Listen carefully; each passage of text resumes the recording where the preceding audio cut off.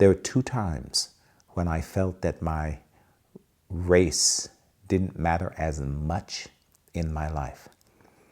And that's why I wrote the article, A Person of Color Overcoming Barriers to Group Participation. When I started the Survivors of Incest Anonymous meetings, the majority of people were white.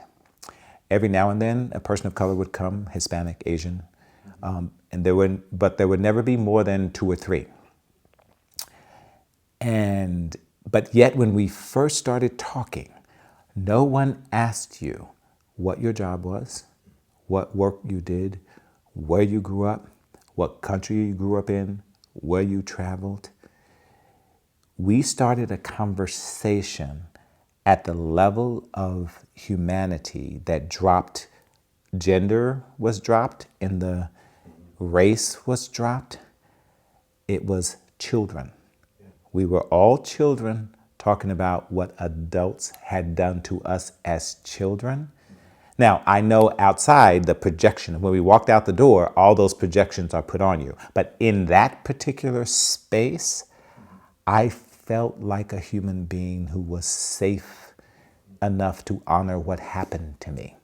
And so that's why I wrote the article about the person of color overcoming barriers to group participation, because I was aware of the social stereotypes. They hit me every time I walked out the door. But something about in that room where we were speaking of shared trauma from one human to another, where we were able to look at each other, where we were able to, I understood the sadness of the person who was touched inappropriately. I understood the anger of the person who was projected on because all men are evil. I understood that as one human being to another below the level of the skin, almost at the level of the heart. Because if any of those people needed a heart, and I was a match, they wouldn't ask what color of the skin was. They would just say, does this heart work, and does it work with mine? And they would take it out. They wouldn't look at the skin. They would bypass the skin, and they would put it in their chest, and it would beat, and they would go on living. In that room, I felt the same way.